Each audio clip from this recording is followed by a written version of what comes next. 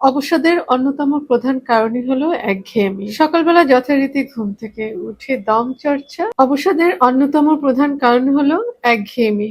উদাহরণ হিসাবে একজনকে হাজির করতে চাই। ধরুন এলিসের কথাটাই। আপনারই বাড়ির কাছে সে থাকে। পেশায় সে স্টেনোগ্রাফার।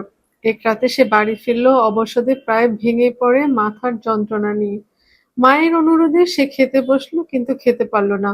ঠিক তখনই টেলিফোন বেজে উঠল। ওর এক বয়ফ্রেন্ড ফোন করেছিল। সে নাচের আসরে যেতে আমন্ত্রণ জানাচ্ছে। আনন্দে চোখ উজ্জ্বল হয়ে উঠল এলিসের। ওর মন চনমনে হয়ে উঠল। তাড়াতাড়ি করে গিয়ে পোশাক পাল্টে সে ছুটল। এরপর রাত ৩টে পর্যন্ত নাচ গান করে বাড়ি ফিরল। এলিস ক্লান্তির কোনো চিহ্নই ছিল না। ওর এমন আনন্দ হচ্ছিল যে ঘুমই আসছিল না। তাহলে কি ৮ ঘন্টা আগে এলিস ক্লান্ত ছিল না? নিশ্চয়ই ছিল। সে অবসাদে ভেঙে পড়েছিল কারণ নিজের কাজে ওর একঘেয়েমি চলে এসেছিল। এরকম আরো এলিসকে খুঁজে পাওয়া যাবে। আপনিও একজন হতে পারেন। এটা সত্য যে আপনার আবেগজনিত মনোভাবই শারীরিক পরিশ্রমের চেয়ে অবসাদ সৃষ্টির জন্য বেশি দায়ী। কয়েক বছর আগে জোসেফ ই ব্যারমাক আর্কাইভস অফ সাইকোলজিতে এক প্রবন্ধে বুঝিয়েছিলেন একঘেয়েমি কেমন করে অবসাদ সৃষ্টি করে। একটা পরীক্ষার মধ্যে দিয়ে তিনি এটা জানান। ডক্টর বার্ম্যাক কিছু ছাত্রকে কোনো এক পরীক্ষার কাজে লাগিয়েছিলেন যেটায় তিনি জানতেন তাদের কণামাত্র আগ্রহ ছিল না।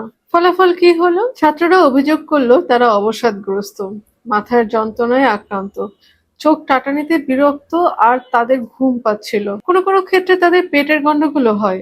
সবটাই কি কল্পিত? না। বিপাকীয় পরীক্ষায় দেখা যায় যে শরীরের রক্তের চাপ আর অক্সিজেনের গ্রহণ কোনো মানুষের একঘেয়ে বোধ করলেই কমতে থাকে। অথচ সে কাজ আগ্রহ আর আনন্দ বোধ করার সঙ্গে সঙ্গে বিপাকীয় ক্রিয়া বেড়ে যায়। আমরা যখন পছন্দসই আর উত্তেজনাময় কাজ করি তখন কদাচিৎ আমরা অবসাদগ্রস্ত হই।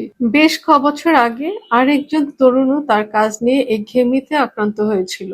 তার কাজ ছিল কারখানার লেদ মেশিনে বল্টু তৈরি করা। ছেলেটির নাম ছিল শ্যাম। কাজটি ভালো লাগতো না বলেই শ্যাম কাজ ছেড়ে পালাতে চাইতো। কিন্তু তার ভয় ছিল অন্য কাজ যদি না পায়। কাজটি তাই করে যেতে হবে বলেই শ্যাম ঠিক করলো কাজকে আনন্দময় করে তুলতে হবে। এই ভেবেই সে তার পাশের মেশিনের চালকের সঙ্গে প্রতিযোগিতায় নেমে পড়ল।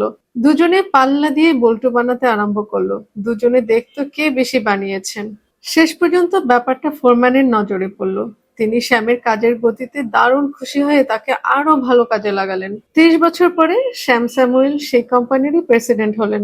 তিনি সারা জীবন ধরেই ওই মেকানিক থেকে যেতেন যদি না নিজের কাজকে আনন্দময় করে তুলতে চাইতেন। তাই একঘেয়েমি জনিত অবসাদ ও উদ্বেগ কাটানোর উপায় হলো কাজকে আনন্দময় করে গড়ে তোলা।